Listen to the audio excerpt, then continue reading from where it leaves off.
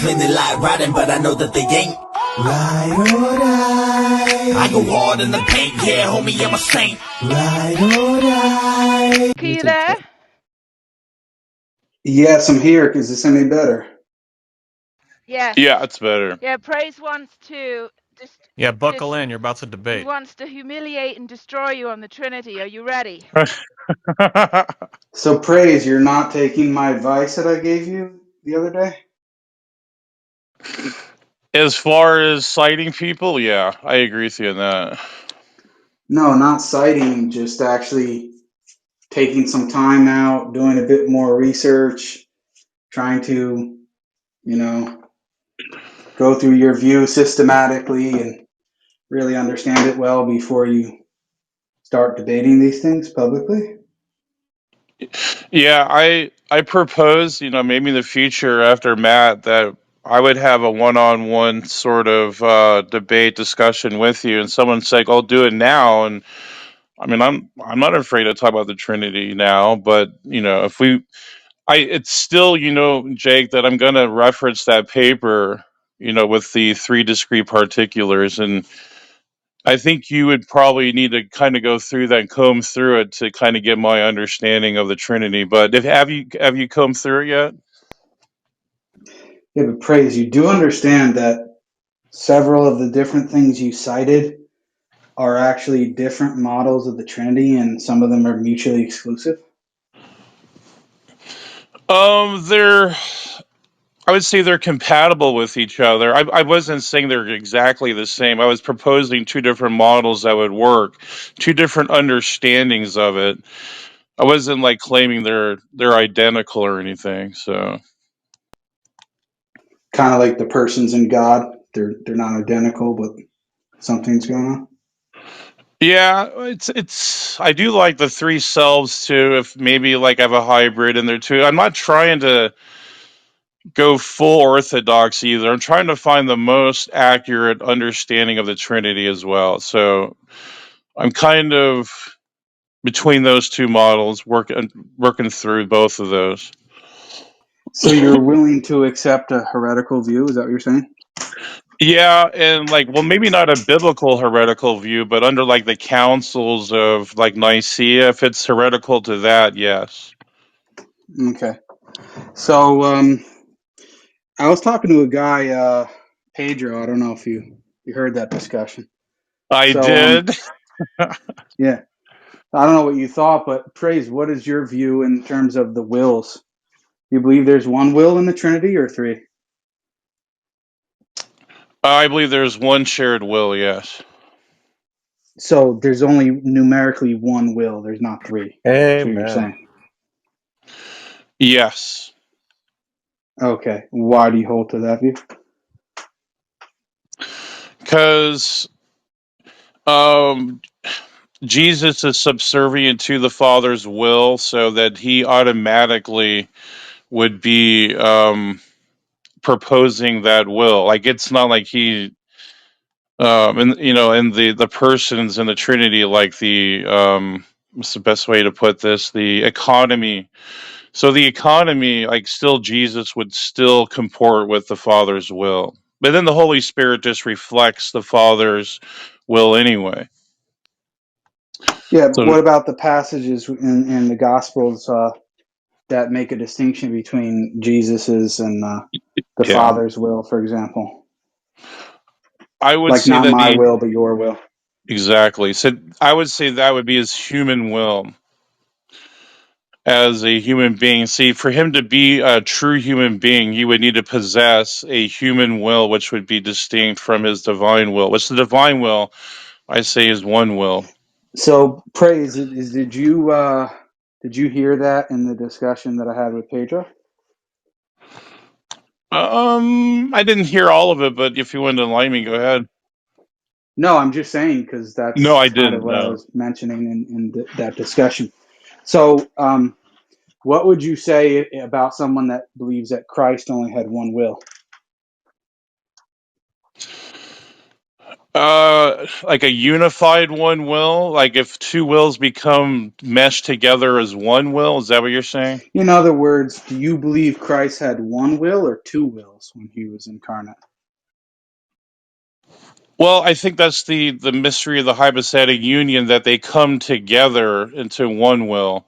So his human will was, I hate to use these words like spliced, or I'm trying to use the right verbiage here. Like they come together, mesh together. His divine will and his human will, they operate together. Just so he doesn't like say, "Hey, human will, I'm going to think now," and "Hey, divine will, I'm going to think now," like and do this. They're together, if that makes sense, infused together. Otherwise, So it'd be they're two persons. not distinct, is what you're saying. No. Well, I mean, what do you mean by distinct? Like, do you mean nature, like the nature of the will, or? In other words, in the same way that the Father, Son, and Holy Spirit have numerically one will, is that Mhm. true for Christ in his incarnate state?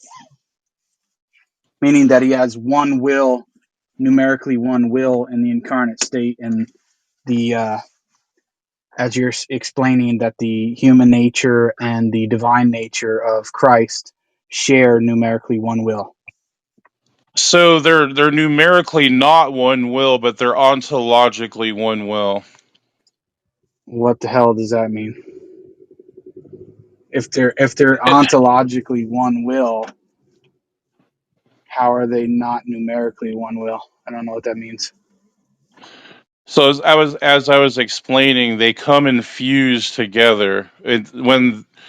When he became a human being, both natures came together, and they make one unified will, a What do you mean composite will. that? If you want to say it, What do you mean that the mhm. natures came together? What do you mean by that? You ever seen His Dragon Ball human Z? nature and divine nature. Yeah, they came together, but because when you're describing the wills, you're saying that you literally use the word splice, like they kind of mix Well, together in that infuse, sense. yeah, and Infuse. infuse. If you want to, yeah. Yeah, but I'm just wondering how you're making that type of statement, though, because it seems to be unorthodox. I don't know how it's unorthodox. Like he's Because a you, true. He has two human natures that make one. I'm sorry. He has two natures that make one nature, one unified nature. I'm not sure what you mean. no, because the hypostatic union is not that the two natures became one nature. It's that Christ was one person with two natures, and they remained distinct. They were not mixed or mingled together. To say that they are in the way that you're describing the wills is the heresy of Eutychianism, and that was declared Hmm. heretical at Chalcedon in 451. So I don't know how you could say that. Seems like a heretical view. Um. Yeah, I'd like to see a citation for that because I don't. I would disagree with that sentiment. I don't know what Trinitarian or a Trinitarian scholar would say that there were two separate, distinct, like a composite will. I don't.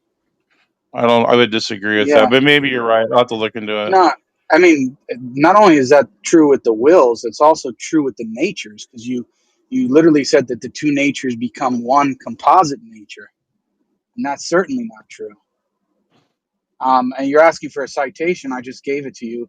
Unfortunately, I'm driving at the moment. I don't know if anybody else wants to pull it up, but you're free to pull it up.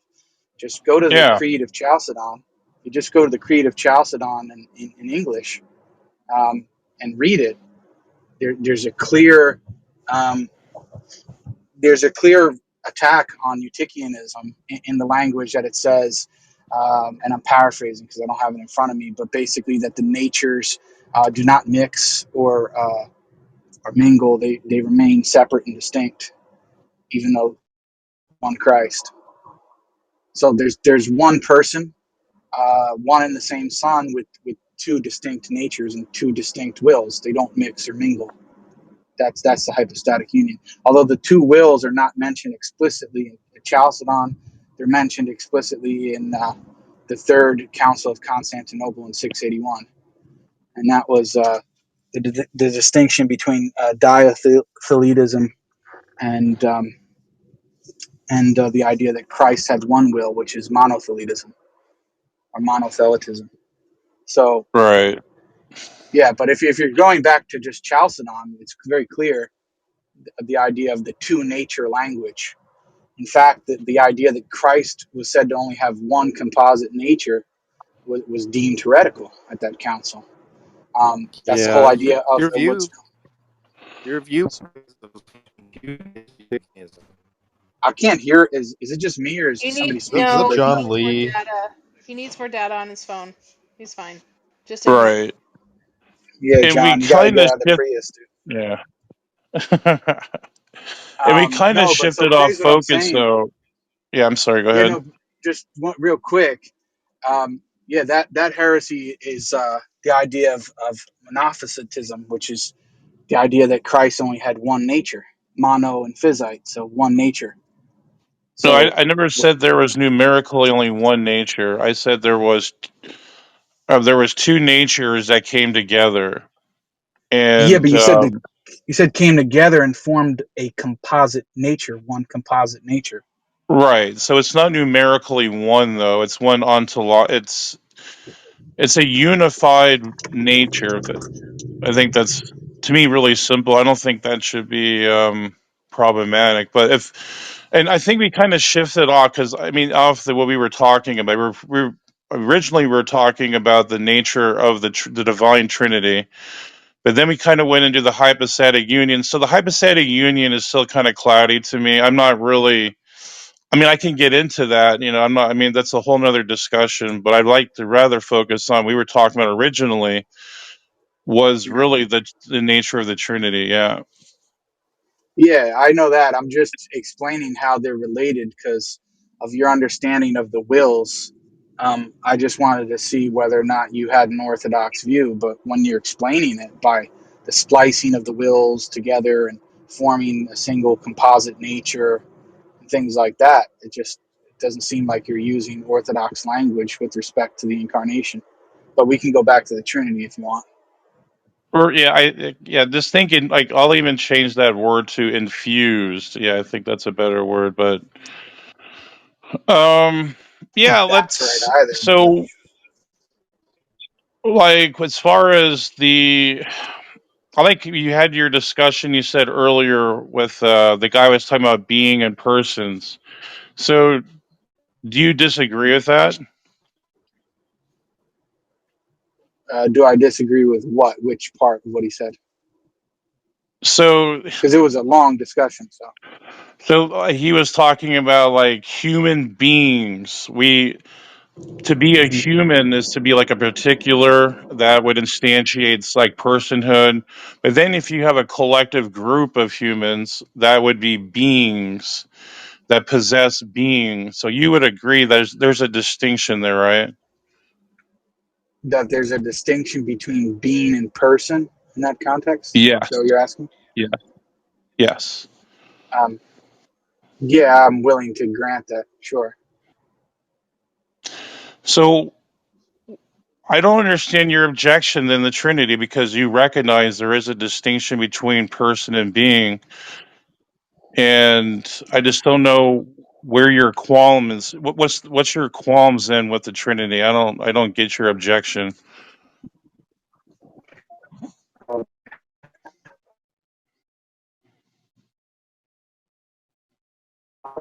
Yeah, there's no contradiction in saying that there's one being and three You persons. have to Your start break over. And You is I robot think it. the this is You robot it. something that Start Dark over. was actually mentioning You gotta with the start over. You cube. robot it. Can, can better. you hear me Yeah. now? Okay. Um, yeah, so I was saying that there's no problem intrinsically with the idea that you have one thing that has three aspects or three parts or anything like that. I could have an object like my phone that says, just for simplicity's sake, that has three parts. There's nothing contradictory about that. So the idea that there's one being in three persons, that statement itself is not necessarily contradictory if you use the terms that way. However, uh, the the conflict comes And that's what, as I mentioned earlier, Dale Tuggy calls the first move that the Christian apologist makes. Well, oh, there's this distinction between being a person. Well, yeah, fine. But what's the relationship between them? And that's when the conflict comes in. And I don't think you're really clear on that. Yeah, yeah. And I think this is what I understand so far, but this is why I think we need to make this discussion needs to go a little bit longer, like because remember that paper. I do think that there's things that need to be laid out in that paper, like for you to address and like to see what your objections to his paper between the three discrete particulars with the genus and species. So I mean, of course the essence would be the species and the genus would be the persons, and that is like classical orthodox Christianity. So I mean, I think it kind of hinges on this paper, to be honest, and then how you respond to that might really determine whether, as far as my position anyway, how I understand it, would be an error or something like that. Um, so you said a lot there. So let me just ask you this. Have you actually read the paper, Priest? Yeah, I mean, I haven't like went through it fine tooth and comb, but I have like briefly went through it. Yes, So hand on the Bible, have you actually you haven't read the full article, correct? I've read the full article, hand on the Bible, but I have not like comprehended it like with full data, like to have like a full overview of everything. You know what I'm saying? Okay, gotcha. So then can you just explain the view of the paper and so far as you do understand it and what you think it supposedly solves? Yeah. So there was a charge that was put forward to the person. I forget who actually proposed this model. I don't know the exact church father or whoever was really doing that, but they did say that they were explaining the distinction between the persons and the essence. It would not Hmm. collapse into tritheism due to a misunderstanding of the properties of the persons, if that makes sense. Yeah. Um, no, I'm not really understanding what you're saying, to be honest with you. Okay. Well, that's the best I can recap or recapitulate what the paper said. That was in there, and like he says, it does not collapse into tritheism because it was a misunderstanding. So I'd like, we can continue this conversation based on that paper, and then if you could refute that, I think that would be pretty big. Yeah, but I don't think you're not really giving me anything to work off of what you're describing about the paper. Because it just seems to me like you're talking about either a primary and secondary substance, or you're talking about a universal in particular, or how Right. is Yeah. solving It's the anything. the primary is a good model. Like, so what would be wrong with the primary and secondary substance? Um, so um, let me see the best way to explain it. So I basically I don't think it really solves the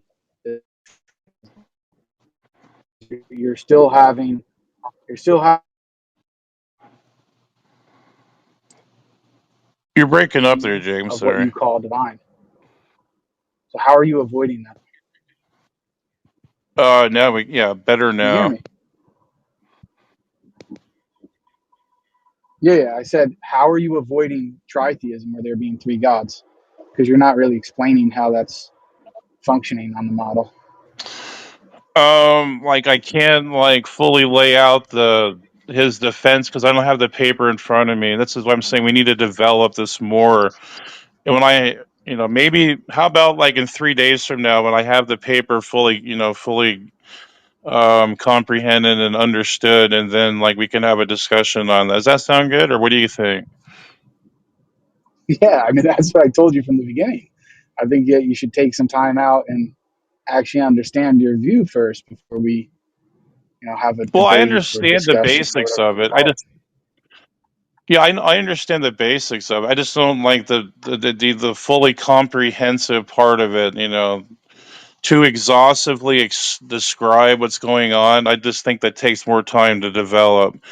But people in here, I mean, I wasn't afraid to like give a basic outline of my belief, or of the belief that I'm defending. So anyway, Yeah, that's where it I, went. Yeah. I don't Yeah, I even don't know think what you're. I don't. I don't know Q what you're you're actually defending. defending. I Yeah, have I don't I, know. I don't know what you're I have defending, no praise. idea. Like you're But like I don't think you're hey afraid. guys, Hannah. Oh, Yeah, I'll give you credit for that at least. I don't think you're afraid. I think you're. John Lee says I he think can you're do a kind of like better Matt job, Adams so go, in that John. aspect. Yeah, let's Yeah, hear yeah. John Lee. Let's hear John Lee. No, I'm just saying. Yesterday, I'm hearing Pedro with We don't need a monothelitism, recap. Just and then go. and then Yeah, go you ahead. praise are talking about a blended nature, which is the heresy of Eutychianism, which is what the Council of Chalcedon was supposedly rectified. Yeah, which I brought up already, John. I don't know if you heard that. Exactly.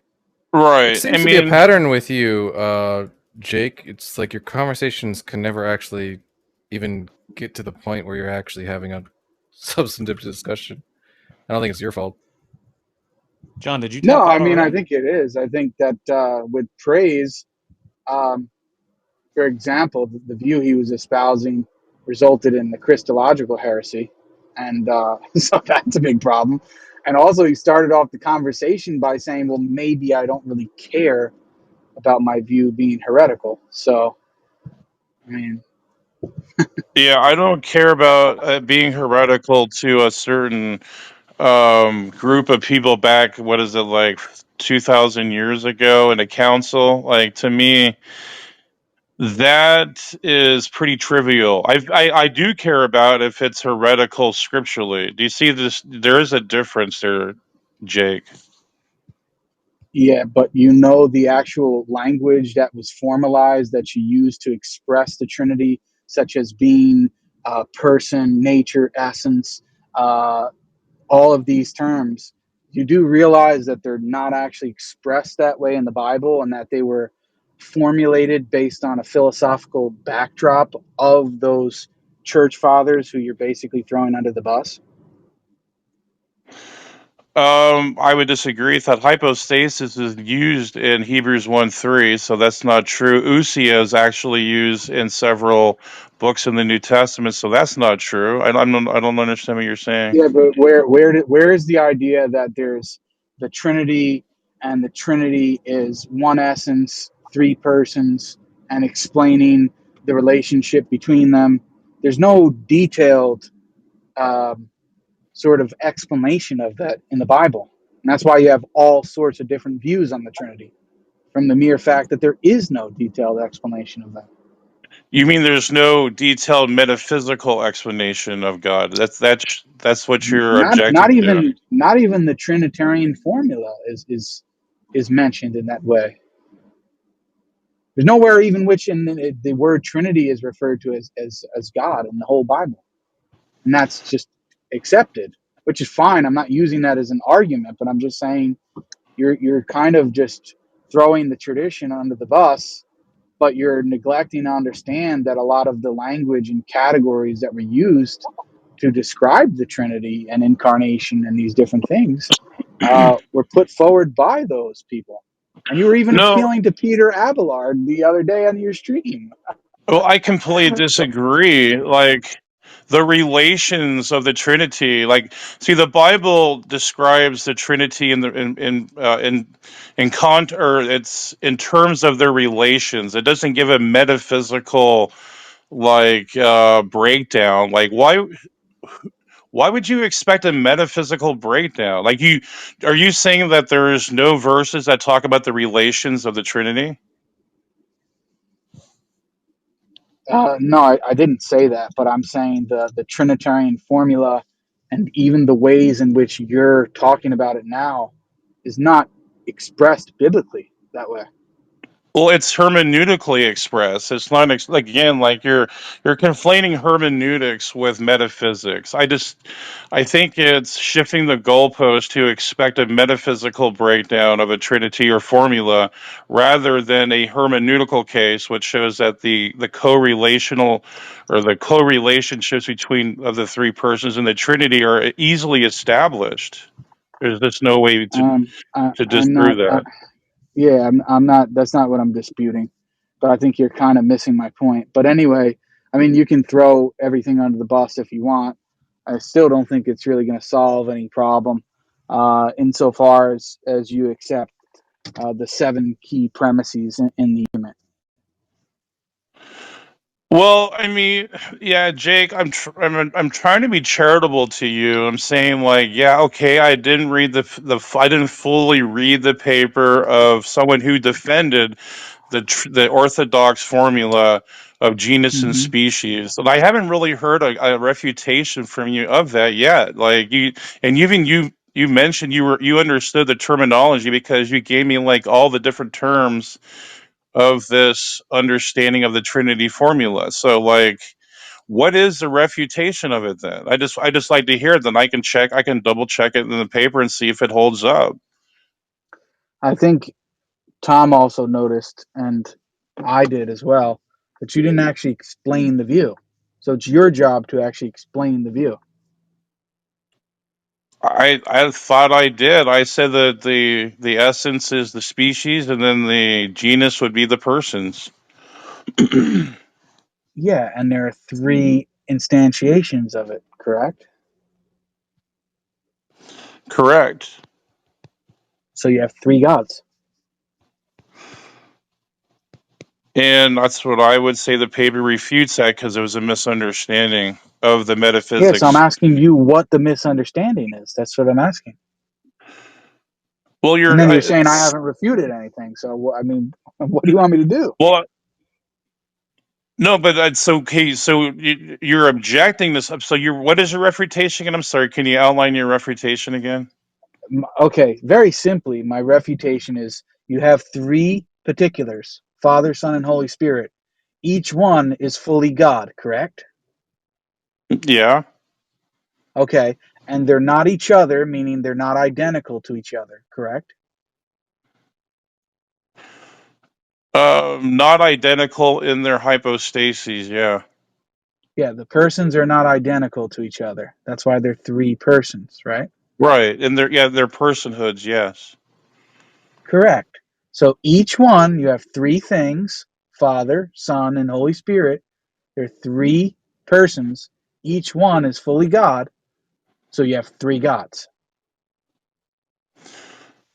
No, because you're talking about. Let's see. There's a distinction between common properties and then the specific properties. Like they all share the same attributes as far as omniscience and things like that. So do you understand that, right? Yeah, that they all have the divine attributes. Yes. Okay, so that would be common properties of, Correct. right. So that'd be the essence. Okay, so then we have the hypos. So the persons hypostasize the essence. Do you understand that part? It's not an addition to. See, here's where you mischaracterize. I didn't catch it before. This is a good time to bring it up. You mischaracterize the Trinity. So the hypostases are not an addition to the essence because it hypostasizes the essence. So do you see that error at least? No. Because What's the error? What's the error? that you said was an addition to the essence. It Yeah, it doesn't. is an There's addition no because it's not addition. the essence. It's not the essence. The person is not the essence. So how is it not an The addition? persons.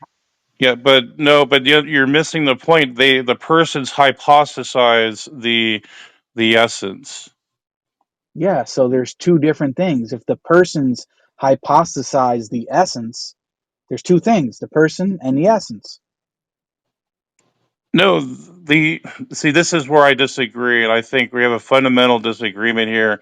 I don't see the leap of logic where it requires a separate thing because the essence is hypothesized. You're going to have to explain why it, why it would read, or what's the best way to put this? Like why would it require like an extra thing there? If you want to explain that.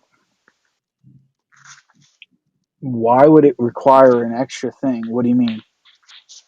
The person being different is because it's The distinct persons are from the within the nature. essence. Yeah, it Yeah, they can't be can be within. something It doesn't. It can be within the essence. The point is, they're not the essence, meaning they're not identical to the essence. I'm That not saying that they're distinct and that they're separate from the essence or they're in addition to it in the sense that they're external to it. You can picture it any way you want, but they're not identical to the essence. So they're in addition to it in the sense that they're not identical to it. If you want to say that they subsist in the essence, is that the way you understand it? Yeah, subsistence. Yeah. can I chime in briefly? Is that right? I don't No. know if this is no. Okay, Sure. okay. I mean, I won't chime in. It's all right. No. okay, Okay. so they subsist in the essence, right? Yeah. Okay. And what exactly is that relationship? Is the essence grounding the persons? Yeah, there it's the fundamental grounding of the persons, yes. Okay, so none of the persons are ase then. No, only the Father is Ase. Yeah, but the Father is it's himself is also grounded by the essence. No, he's not identical to the essence. That's where I would disagree. Where did I say he was identical to the essence? Praise, are you listening to me talk? Um you You said you that asked each me one of that the before. persons, let's backtrack. You said that Yeah. each one of the persons subsist in the essence. And then I asked, is the essence grounding the persons? And you said yes, which means that that includes the Father as well. So the essence is grounding the Father, Son, and Holy Spirit. And anything that's grounded by something else is not ase. And I made the distinction of what is general properties that the essence would be describing properties that are universal to the Godhead. So you're conflating universality and then the discrete particulars. Okay, dude, let's go back to the point. Okay. Do you agree that anything that is grounded by something else cannot be ase? Well, like, what do you mean? Like, you talking about metaphysically ase, or you like what do you how do you explain aseity with God? Well, you said that the persons are grounded by the essence, and grounding typically is Hmm. understood, and grounding is typically understood as an asymmetrical dependency relationship. Okay, so whatever grounds something else, right? That thing that is grounding it is not grounded by the thing it's grounding. It's a one-way direction. But again, like, so I'm just going to give the general properties that all three of them subsist in, which is omniscience, omnipresence, omnibenevolence, and Hmm. etc. So those are the properties which the person subsists in. So I think it's pretty simple to see. Yeah, it's pretty simple to see that on your model, the essence is ase, and none of the persons are. And that's problematic because you want to say that the Father is which is unbegotten, but under your model, the Father is actually begotten By what? because he's by the essence. He's grounded by the essence. He's not He's grounded in uncalled. his omniscience and omnipresence and like the omni properties. That's what makes him.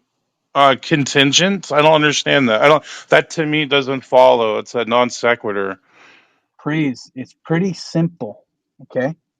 Imagine like a big circle, and let's say that this is the essence. You have three smaller circles within it, which are the persons. And the big circle is grounding the three small circles. And there's an asymmetrical dependency relationship between the essence and the three smaller circles, which are the persons. Anything that's grounded by something else is not ase. You agree to that. So the father wouldn't be ase on your model. But no, but see, it's a straw man. I'm sorry, you're propping up a straw man because What's the straw the man, dude? the the straw man is you're missing the difference between the his essential properties and his hypostatic properties, and you keep on conflating them, Yeah, and I'm but saying they none are of the still unified. persons have the property of being ase, only the essence does. And in this case, then not only the son would be begotten, but the father would also be begotten. He wouldn't be unbegotten because he's not grounded.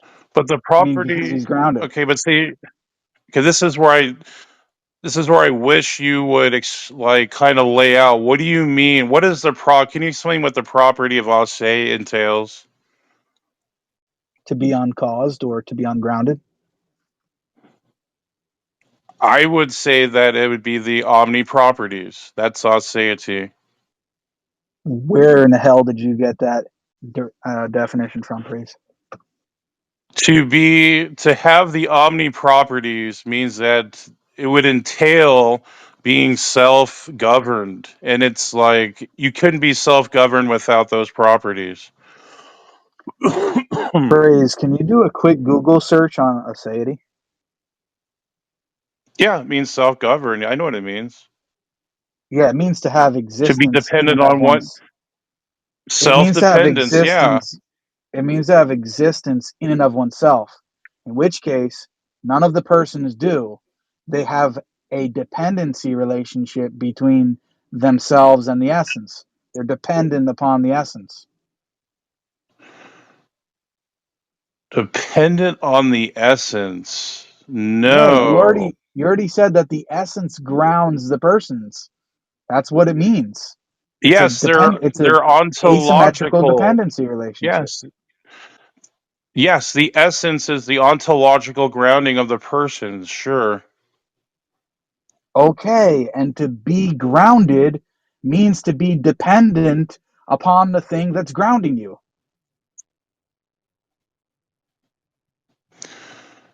So do you understand what general properties entail? Like that it's within the universally that they all share, like the shared properties. Do you understand that that at least that part of the Trinity that there are shared properties? And I just hope you can just like relay that back to me and say yes, you know what that means, or you understand that. Yes, I do, but praise, let me just say this.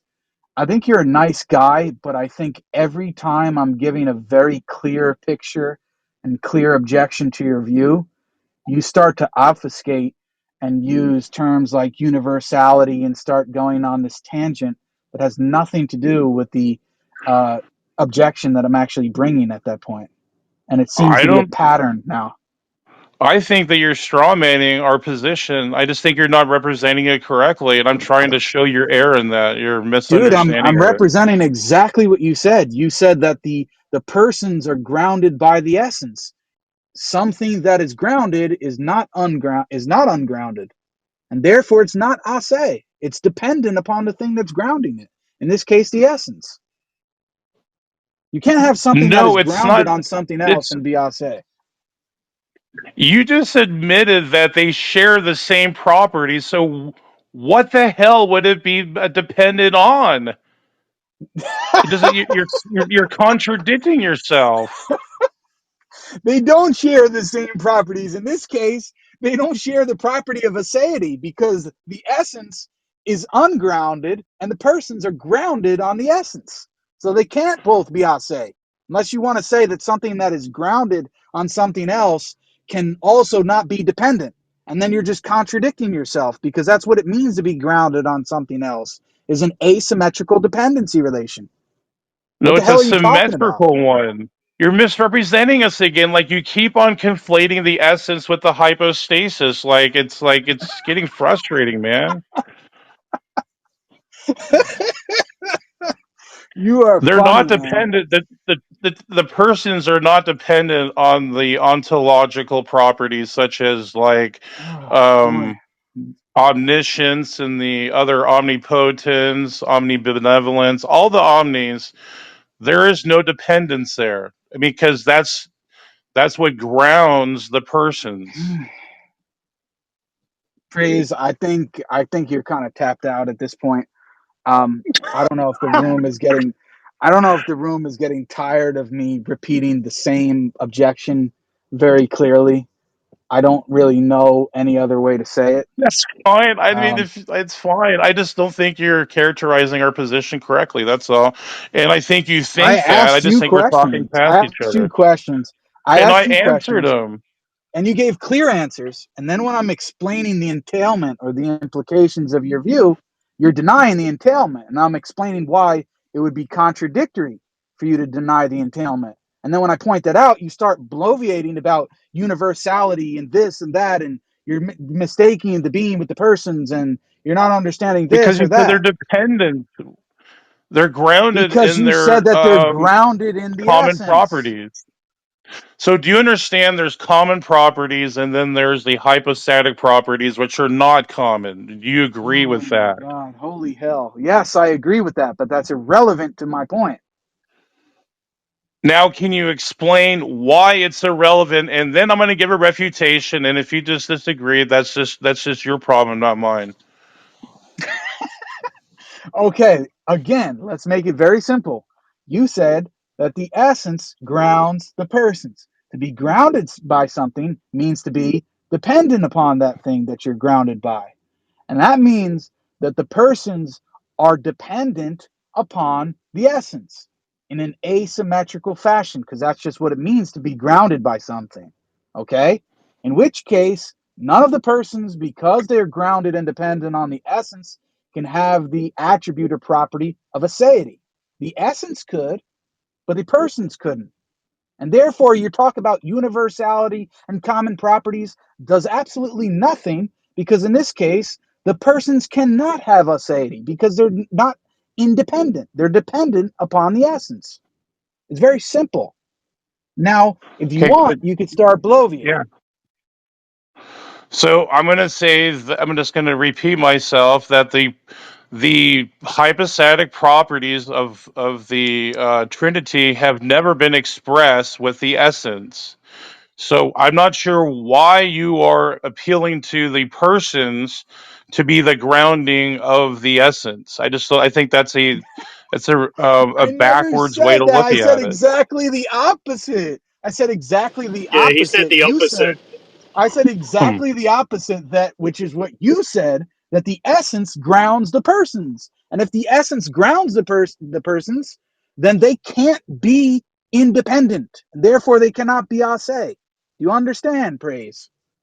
I don't know, Aseity, unfortunately, I don't hold know on, another hold on. language to explain it. So Aseity has never been described in terms of hypostatic properties, so it's a categorical error. You don't know what the yes, hell it you're has. talking about. It's a Yes, it has. mischaracterization. Yes, it has. In fact, Show me classically, one paper. Okay, hold on. Show me one paper where aseity has been described in terms of hypostatic properties. Show me. Just give me one paper or one citation. okay, very simply, Gregory of Nyssa on Not Three Gods in the 4th century. You want me to pick it up and read So it for you? yeah, please read it. I like to hear it. Okay. I'll pick it up on my phone in just a second. But the idea is this, that very clearly, Gregory of Nyssa says that the Father is uncaused and the Son and the Spirit depend on the cause, which means the hypostatic property of being uncaused is attributed to the person of the Father, not to the essence or to any of the other persons. Therefore, it's a hypostatic property. Aseity is a property of the person of the Father and not of the nature that is instantiated in the three persons. That's the classical view. Yeah, I just like if you can read somehow give me that Dude, I citation, just had a whatever. whole freaking debate with a scholar who did a PhD on the Trinity, in which the debate was, can you have the divine nature without aseity? And his entire argument was, yes, you can, which means, and as he argued, aseity is not a property of the nature. It is a property of the person of the Father. It is a hypostatic property of the Father alone. This is the classical Nicene view of the Cappadocian Fathers. That would make absolutely no sense because then you're saying the Father or the Son and the Holy Spirit do not have aseity. That's ridiculous. Never has That, the other two persons of the Trinity ever been described as not having aseity. That's an outright oh my God, dude. Okay, fabrication. now we No got to go way. down this. Okay, now we got to go down this line of thought. Okay, And they so here's co-indwell. where, How does that even work with the perichoresis, Jake? Like that doesn't make any sense. If they co-indwell each other, then the Son's in the oh Father and the boy. Holy Spirit's in the Father. They would share out deity with the perichoresis. There you go. I just debunked your crap right Okay, there. Debunked. okay, praise, keep going. Let me know when you're done. I just said the perichoresis destroys your stupid argument.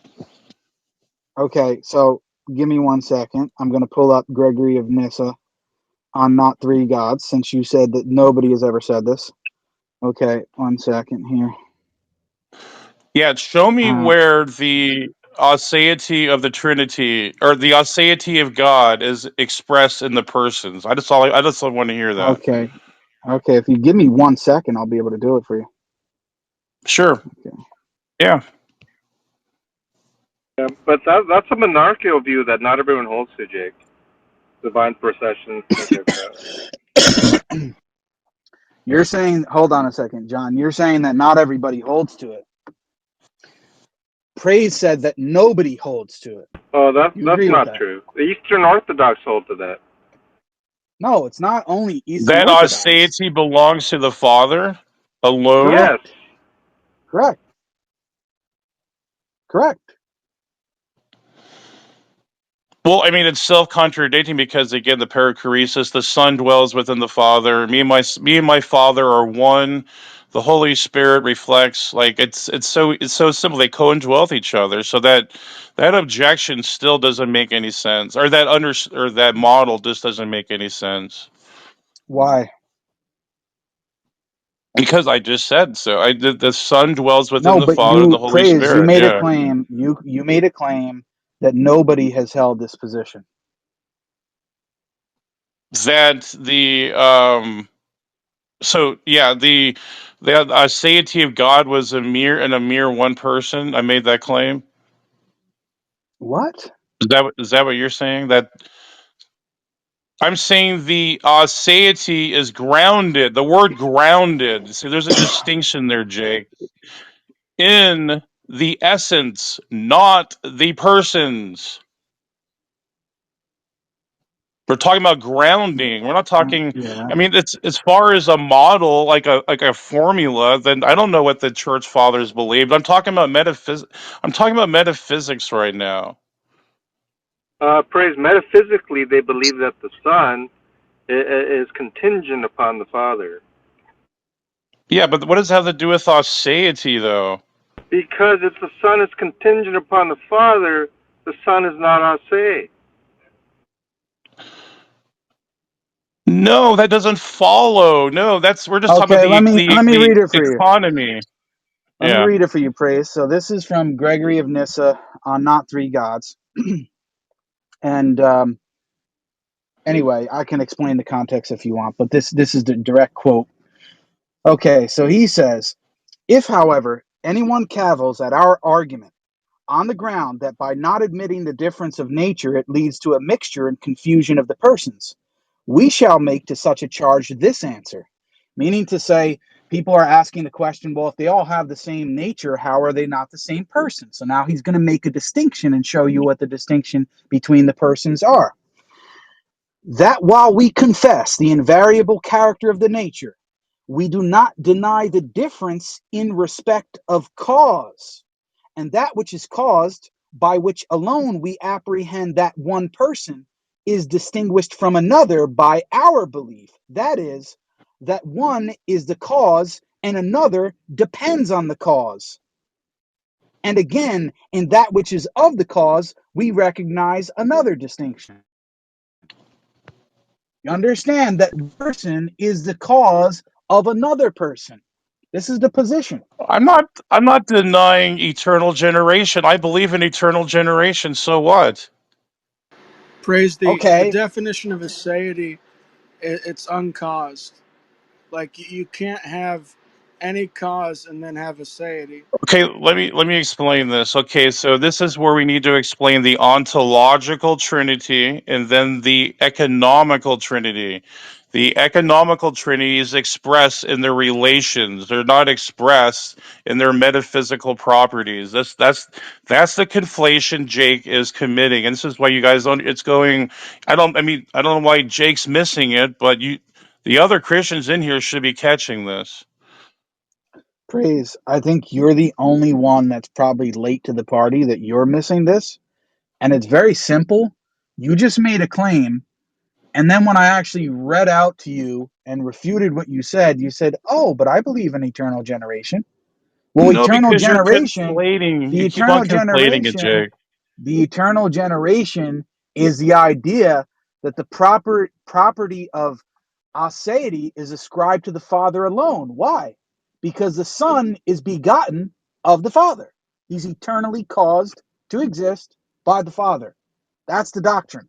Not in their Therefore, they're co-equally. No, they are co-equal in their ontological trinity. There is no one when did that's I say that they weren't equal? Where did I say that they weren't equal? in their ontology. This is what I'm trying to show you. You're missing Where the did I the say that distinction. they were not equal?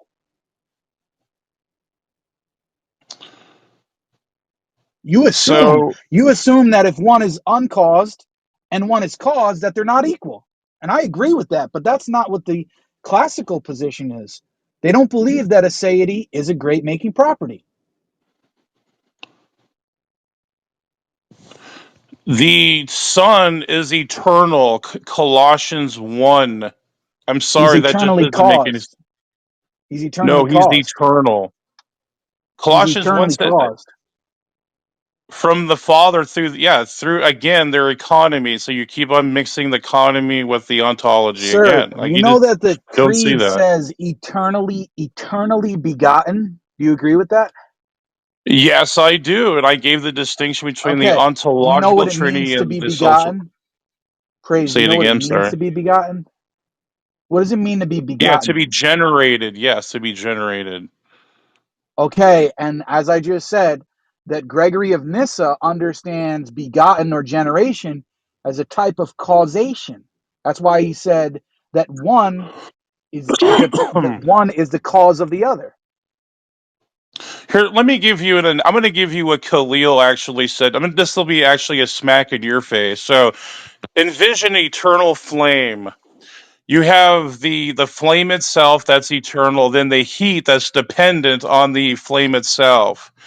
That doesn't mean that the flame or the heat from the flame is not eternal and ungenerated. So no, you're Oh just God. 100% in air. Even this is by Khalil himself has even brought this up.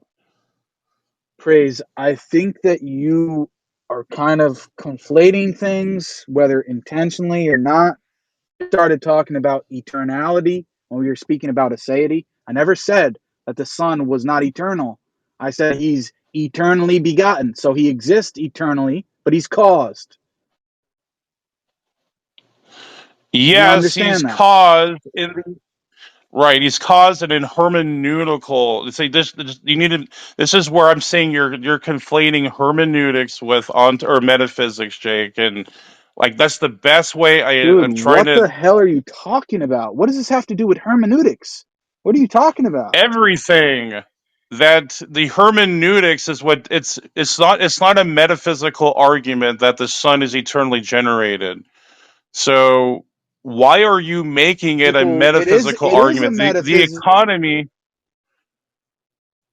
Go ahead. I'm sorry. Say it again.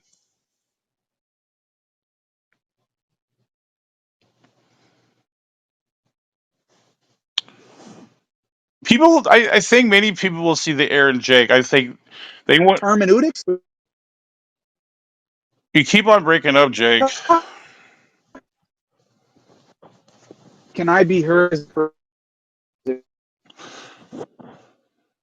You keep on cracking up there. You're Is it kind of just breaking up. me? No, he's Yeah. Yeah, breaking up. you're going in Try and out. again. Try again, Jake. Can you hear me now? Yeah. Better. It was better there. Okay. I think it's shit again. Can't hear you. Yeah, he's gone out again.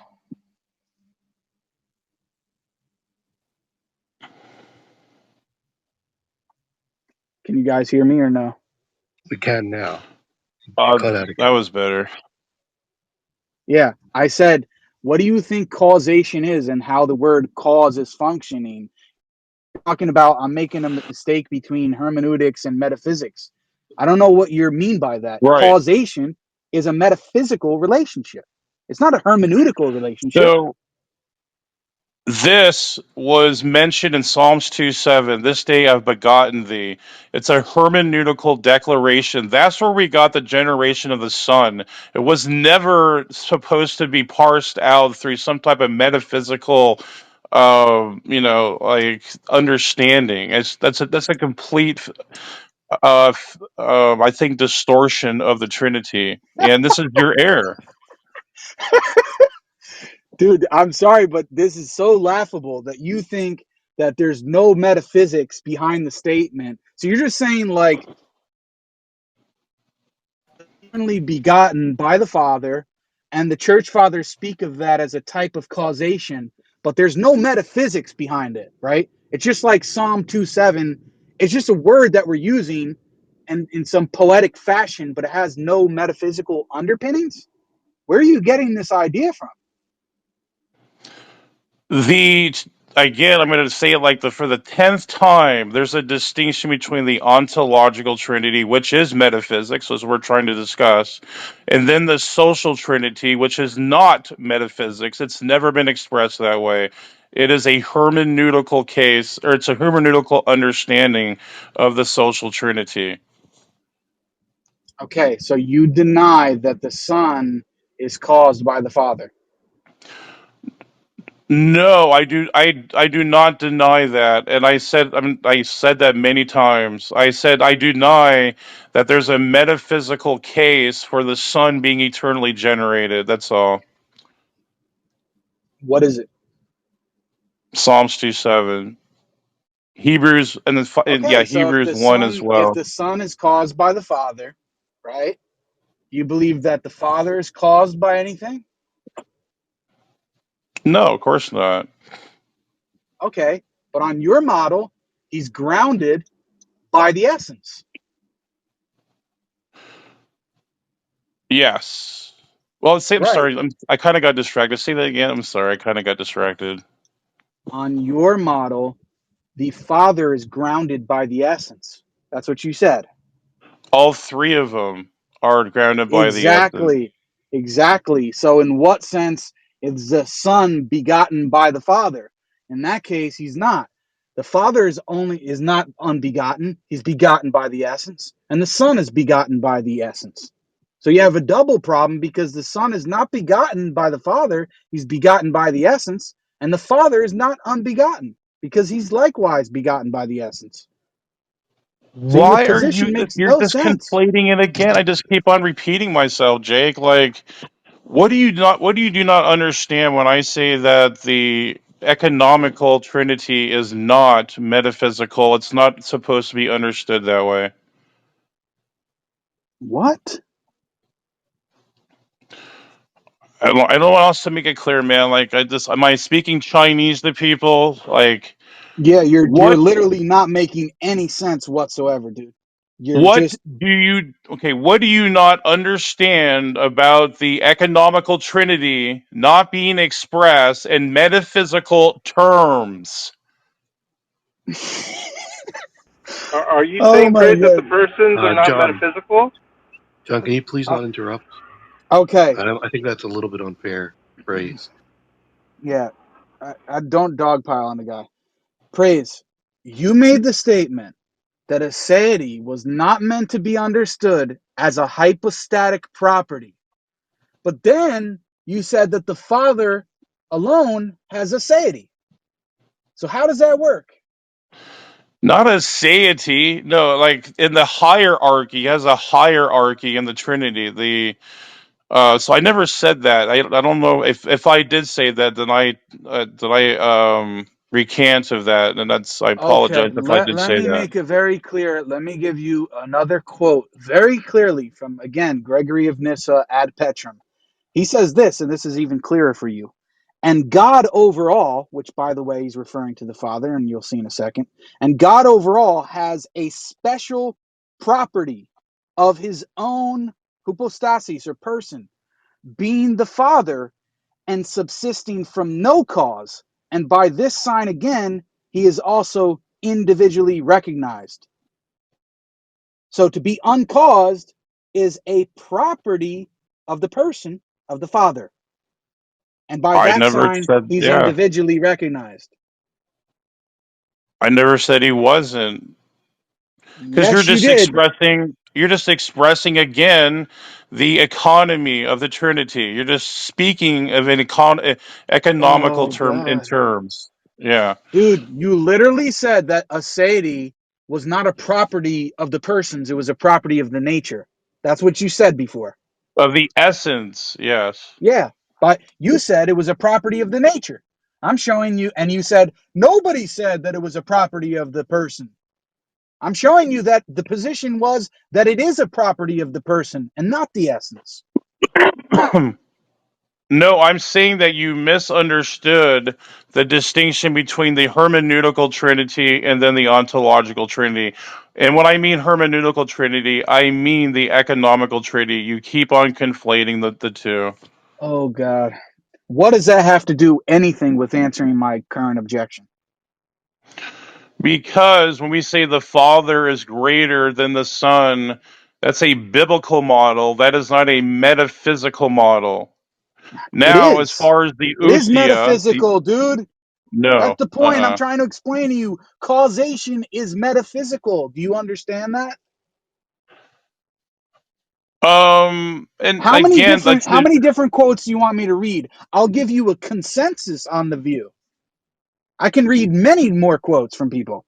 You want more to show you it's are you metaphysical? saying what school of metaphysics were you? Okay, give me the school of metaphysics where the I'm Trinity telling you it's originated unanimous. from. I'm telling you it's unanimous consensus amongst Athanasius, Augustine, the Cappadocian fathers, These, Hilary of this is Poitiers, so all of pathetic, them. Jake.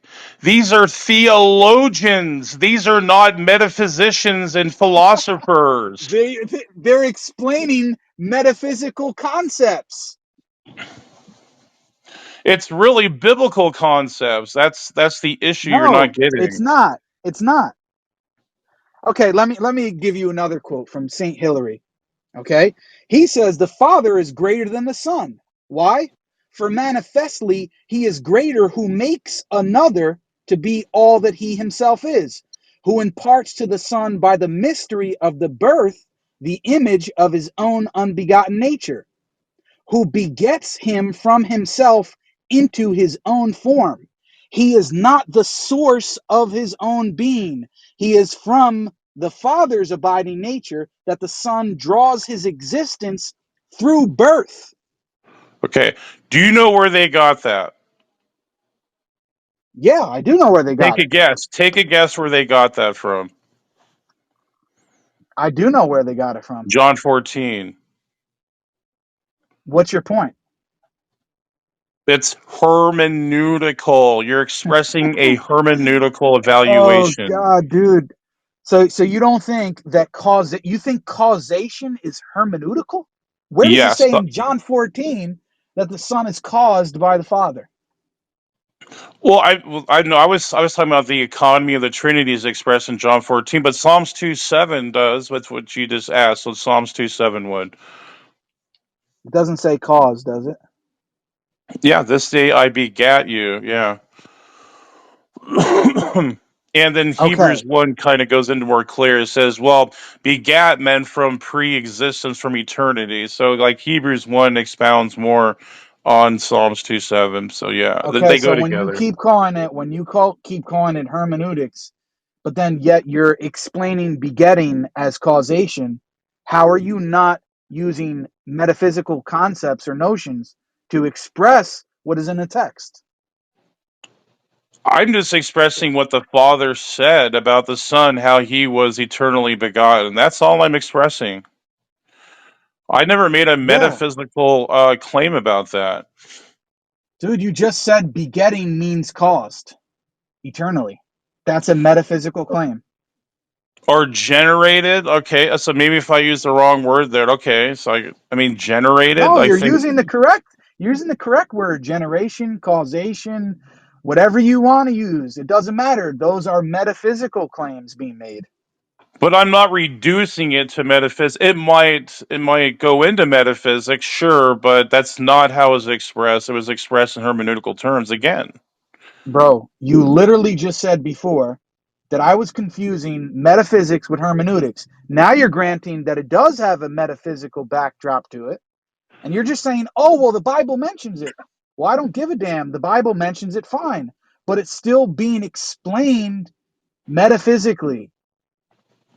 There might be a metaphysical like there could be something that metaphysics, it might like go into metaphysics, or people like try they you can say like they try to express it in metaphysical terms, but the God doesn't speak in metaphysics. That's not his language. I know, but you just did. You just did. I'm just So using you what the gave, word of God says. The Hebrew word for begat means to generate. That's all I'm saying. I'm using Hebrew. okay, and is that void of meaning or is that actually something that occurred in eternity past? I don't know. Like that's something like I don't think God expresses too much. And I think the eternal flame that Khalil actually brought up kind of makes my point that the heat can still be dependent on the flame, and they both are still eternal. Like there's no problem there. Do Dude, you want to wrap it up, go ahead. Praise? Yeah, this is a big headache. Praise. I think your position makes absolutely no sense. Everything you said was pretty much contradictory. You tried to say that, well, the persons can be grounded by the essence and yet be ase. That makes no sense because they're to be grounded means to be dependent on the thing that you're grounded by. And now you started to make some historical claim about how a deity is never mentioned as a hypostatic or personal property when it is, and then you just admitted it. You said that there's no explanation or metaphysical explanation of this biblical terminology, but then you yourself are using terms like generation and causation, which No, I was involve using the Hebrew metaphysics. Greek. Yeah, I Everything you're saying is literally contradictory, dude. That's why I said you should honestly just take a chill pill, do some more research. I told you this nicely the other day. I don't know why you're still trying to discuss these matters. yeah. You Well, can haven't I done just give enough in like my studying on it.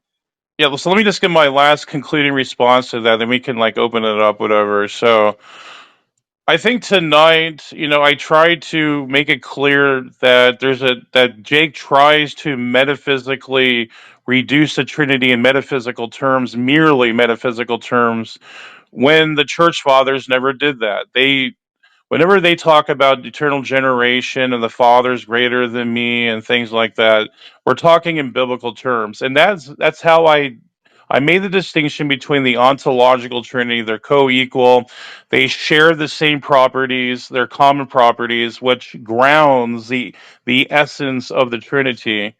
But there, yes, in the economical Trinity, there is a distinction in the hierarchy. There was a hierarchy, yes, and that was expressed in biblical terms. Now, if some people made it metaphysical, that's their error, and I think that's what I'm trying to show, that maybe my position should be adopted rather than their position. But I'll just end it there, and I appreciate discussion, Jake. I mean, it kind of got passionate, but I didn't call you names or anything, so hopefully you didn't find it disrespectful in that regard.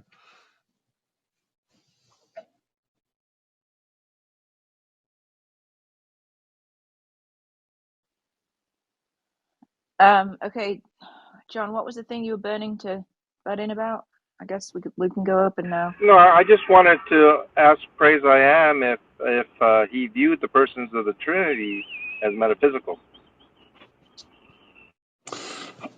Yes, in their general shared properties, I do. That's why there is something called in even Orthodox Christianity as the ontological Trinity.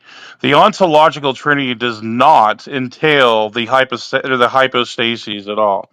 And Jake tried to insinuate to me anyway. That's why I understood. Like he tried to make it sound like yes, they did, that they came together, but that's just not true. Praise, can you explain what the ontological trinity is? Yes, that they are co-eternal. They co-indwell with each other.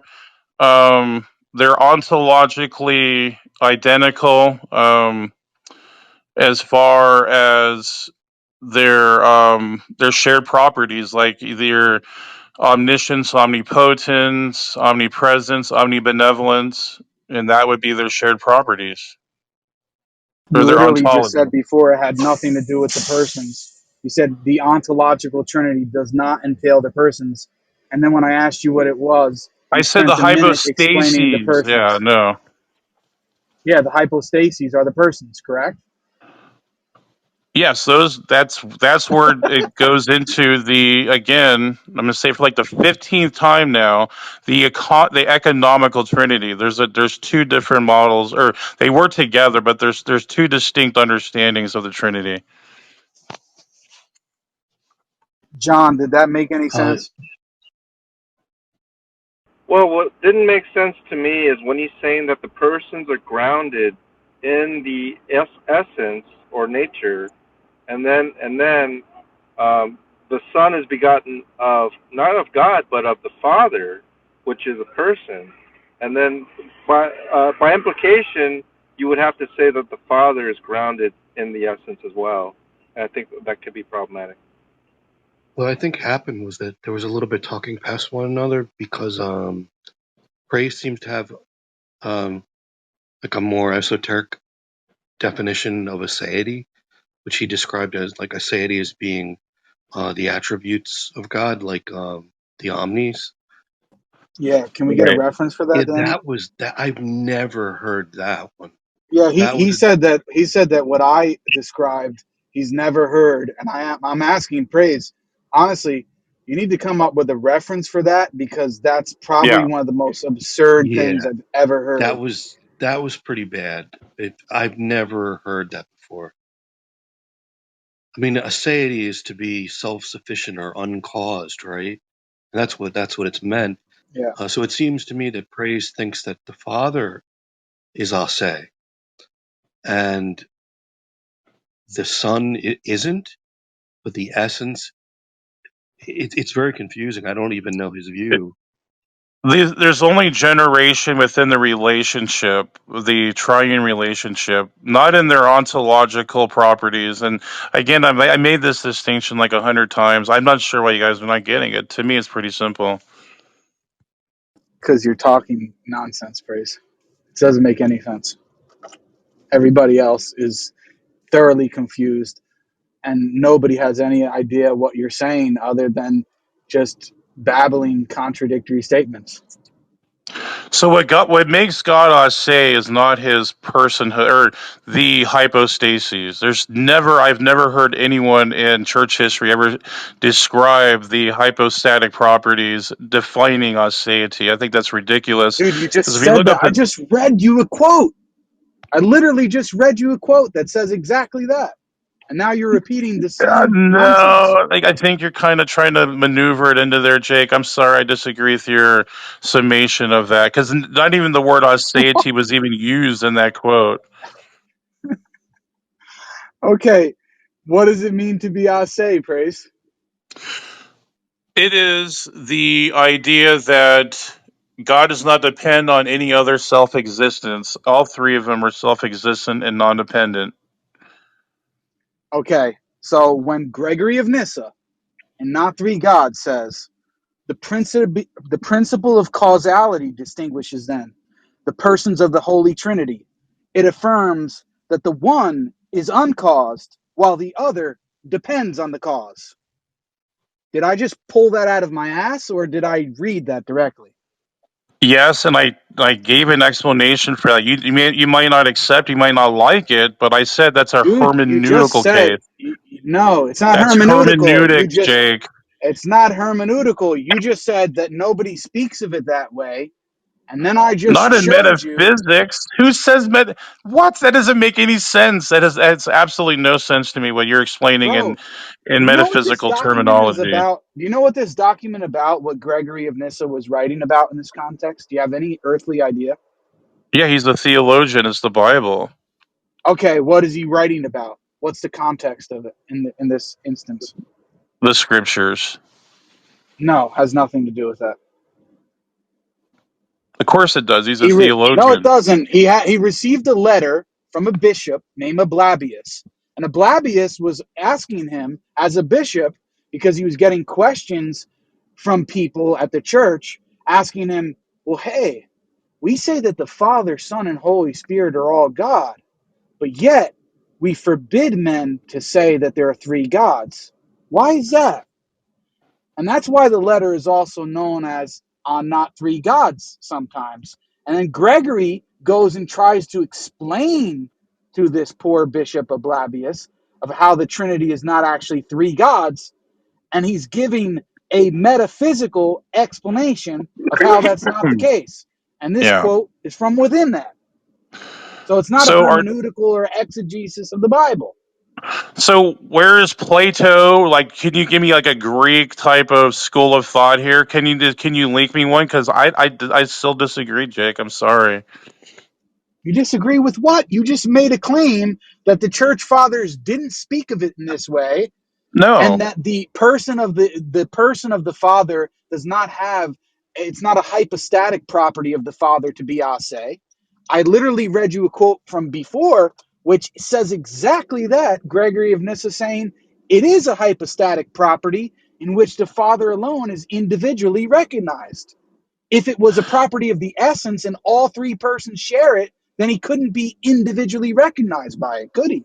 So the quote actually says the father has the aseities derived from the hypostatic property. You actually says that in the very quote.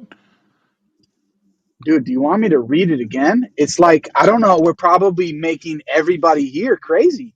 How many times I've had to explain this to you? I just want to hear the words together in a chain where it says where the father or the aseity is derived in the hypostatic properties of the father. Please go ahead. Okay. And God over all has a special property of his person, being the Father, and subsisting from no cause. And by this sign again, he is individually recognized. So it's a personal He's property of the Father to be uncaused, and he's individually recognized by it. If it was a property of the nature that was shared amongst the persons, then he couldn't be individually recognized by it, could he? he's individually recognized in far as contextually, not some type of metaphysical understanding. It's stupid. So what do you think causation is, dude? You think causation is not metaphysical? What is it? In the Bible, it's in the Hebrew. It means to beget. It means to generate. It. That's what the Hebrew says. That's what I'm Praise. appealing to. Praise. Is causation metaphysical or is it hermeneutical? It's both, but I'm saying in the Bible, that's way it's expressed merely biblically, though.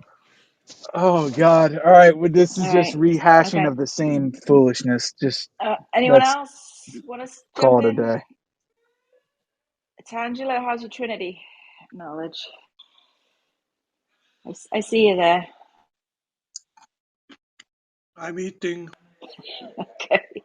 Okay, fair enough. I now, I do have a question for Jake though. I'm Um, eating. I do know a lot of Protestants that do believe that the deity of God is in the essence and not necessarily in the Father, and so maybe praise is like one of those as well. But you and I talked at one time about John Calvin, and I think there was a book that he wrote. It was called The Deity of the Son. I don't. We didn't really conclude on that conversation. I He just thought didn't. it was He didn't. interesting. He didn't write that book. Somebody else wrote it about Calvin's view on the aseity of the Son. Okay, so I think his name is Brannon Ellis or something like uh, that. okay, Yeah. and so that guy is claiming that the Son is ase. Would that be correct? And it aligns with Calvin's views. Would that be correct? Um. So Calvin, in my understanding, and I think what the this Calvinist expert is saying as well, is that Calvin, for some reason or another, wanted the verbal proclamation of the Son being Alto Theos, or uh, basically Ase, God in and of himself. He wanted this basically verbal proclamation of this. Um, but the reality is, he did not believe that the person of the Son was uncaused. So, I mean, I can read you quotes from Calvin saying exactly this. Is there a contradiction if you believe that the Son is cause, but also the Son is ase? Is it possible to reconcile logically? No, if you mean to be ase is to just be uncaused, that's like saying he's caused and uncaused. Makes no sense. Um, Yes, that's exactly my position. Thank you, John. That's my position. That's no, exactly your you're not alone in position. that position, praise. But I think you were in What error the when you hell? said no one holds that view. A lot of Eastern Orthodox So, today praise, you're do saying hold that the that view. Son is both caused and uncaused. Absolutely. Can you explain that? Yeah. So in what we call my brain is kind of getting all muddled right now. The economical trinity. Yes, that's a biblical model. This is way I was trying to say, like, in this my discussion with you is trying to express it that way, that the economical trinity is expressed in a relational, like a relationship, a biblical relationship that God has revealed to us.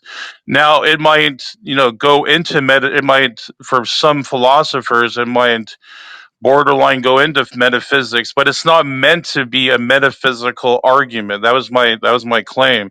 So from eternity as creator in his properties of aseity, being creator, omniscience, omnipresence. This is in Colossians 1. Then he's uncaused. But in their relationship, their eternal relationship, yes, he's cause and he's subservient to the Father, and that's my position. But if you want to refute it, I didn't see any good refutations tonight. But well, I'm still open for it, though. Praise, you didn't see any refutations tonight? Nope. No. Did Praise anybody and else? I'm just question. curious. How is Jesus caused by the Father? I didn't understand that. In their eternal relationship, in their economy, it's called the economical trinity. In their what? Elucidate No, that. it's not. Praise. That's not what the Economy. economic trinity is. Look, I don't care about these names and titles and history and shit. I want the fucking how. Like this is a bunch of garbage. Praise. Do you know what That the God the economic trinity Father, is? the economical Trinity is how No, no, no. the I want the hierarchy of the. how. I don't It's want a you to explain hierarchy. that it is the how. Explain the You mean how. a mechanism? Is Yeah, that what you're that's asking? right. A mechanism? That's like asking, what's the What's mechanism for the laws of logic? So there is no mechanism for the laws of logic. That's a So you're just saying categorical because what? error I'm in the truthful first and you're gonna place. tap out? I didn't tap it. I'm just showing you don't understand what the hell you're talking about. So, Dude, you keep appealing to hermeneutical anytime you get, pinned down. Is that your just go-to word that you say when you have nothing else to say? I'm just giving the truth. I mean, I still haven't found a refutation of it. So you're going to have to give me a hermeneutical refutation, Dude, you Jake. just you In just other words, affirmed a contradiction. You said that the sun is both caused and uncaused simultaneously. and I explained that. So the Wait, Father your declared there's explanation a made no hierarchy. sense. Hermeneutically. So this hierarchy was demonstrable hermeneutically. No one just thought up one day, hey, there's a God in heaven, and yeah, and there's a metaphysical distinction there. I'm just going to make this up. And no, I'm sorry, Jake, that's not how Actually, it they works. did. That was the whole point. That was the whole point Wait, of the how is that not a doctrine itself. contradiction? So, Dude, so, that so was let me try to literally the steel whole man you. point. Yeah, let me try to steel man you praise. You're saying that hermeneutically he is caused, but metaphysically he's uncaused. Is that what you're trying to say? Which Correct. amounts Correct. to, oh, the Bible says he's caused, but that's just a word we use as some poetic phrase, but it has no metaphysical import, and he's not actually metaphysically caused. That's your claim. No, I'm saying that God chose to express him in a theological way, his eternal generation and his Dude, was he subservience literally to the caused or Father. not? Was he actually caused or not? Or is that just a word that you slap Scripturally, on? yes, yes, that's No, a no, no. hierarchy of the In Trinity. eternity past, in reality, was he actually caused or not? No, not from eternity. Well, that's like a get you question. Yes, well, because he was eternally begotten. So, what do you mean by that? Exactly, which is a metaphysical concept. No, it's from his. Okay, I'll put it this way. Maybe this will help a little bit. So, from his foreknowledge, how about that? Does that make a distinction, Jake? No, I think what would help if you defined that you know what metaphysics is. Hold on, am I hearing this correctly? You say that the sun is both caused and uncaused. Is that so? Yes. What? That's So, what he in the said. mind of What? Is that Wait, is that in the how can same you reconcile sense? that? Is hold on a sec. This is an important question. Is that in the same sense or different sense? they are different senses. Yeah. See what I mean, guys? You guys have to really do better. Do better, guys. That's what Jake was doing. What are you talking about? I was just exposing how it doesn't make any sense. What he's basically saying is, oh, we're using the word cause, but he wasn't actually caused. That's what it amounts to. Oh, we can say he was caused because the Bible supposedly says it, but we don't actually believe that he was metaphysically caused by the Father. He was That's what you're causing the saying, Praise. foreknowledge of God. Yes. He was caused by the foreknowledge of God?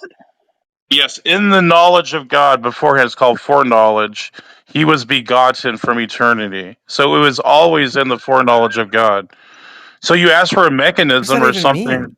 What does that even What is that? mean? Yeah, what are you talking about, Always in the dude? foreknowledge, caused but uncaused. Like what the How fuck? is the person So of the God, I'm Son sorry, Jesus It's in like the was saying like it's foreknowledge caused. of the saying Father? it sounds like when someone says like Zeus was born of chaos, like Jesus was born from the foreknowledge of God See, or something like that. It's just like you're it's just looking at it in gibberish. linear terms. This is the problem with Jake, too. He's looking at it in a linear perspective. No, That's I'm not how the not. I said Bible is eternally expressed. begotten many times, dude. I said eternally begotten many times. And Praise I I'm know the what hermeneutic. it means. I don't know what you're talking about, really. If you don't know what okay. I'm talking about, Otangelo, then I guess you don't know the basics of Trinitarian theology. Yeah, I don't Seems like understand what being it means a. that Jesus is caused and non-caused. That Do you know the confuses me. Nicene Creed, Otangelo? No, I don't. Okay, well there you go. Really? You don't know the Nicene Creed? Daniel? Not in my mind right now. Do you know it, John? Yeah, we recite it every. Otangelo doesn't concern himself with the heresy of men. He only reads the Bible. Yeah, no, that's fine. But anyway, praise you're going back to this example of the Son being begotten in the foreknowledge of the Father, right? That's what you said. Right. Yeah. So It was a is conceptual Trinity. Yeah, it's conceptual. the Trinity is conceptual? Yes. Whoa. What? The begetting of the Son is conceptual. Dude, this is like the gift that keeps on giving. You just said the Trinity is conceptual. I'm So trying to it's explain it. right. So you asked her. You asked her why it would be like how could Jesus be have an origin point or have a beginning and not and be to be eternal at the same time. Nobody Well, ever asked yes, that. that Wait a minute, Praise. You said the persons of the Trinity were metaphysical. That's one of the He questions no, just I I said have. it's said that they're conceptual. theologically expressed.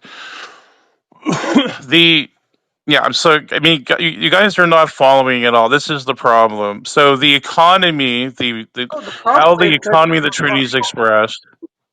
nobody understands what you're claiming, praise. That's the problem. Right, that is the problem. This is I like just think the it's. most I think heretical version of the Trinity I've ever heard. how is it heretical? So you're denying there's a social Trinity and an ontological Trinity? Where? How is that heretical? I said the You Trinity said was it was conceptual. That's conceptual. heretical. I said the generation of the Son is No, conceptual. you said the Trinity No, you said itself the was What does that Trinity. even mean? conceptual. No, I didn't. I never said that. No. Yes, you did, praise. I go hard in the paint, yeah, homie, I'm a saint. Ride or die.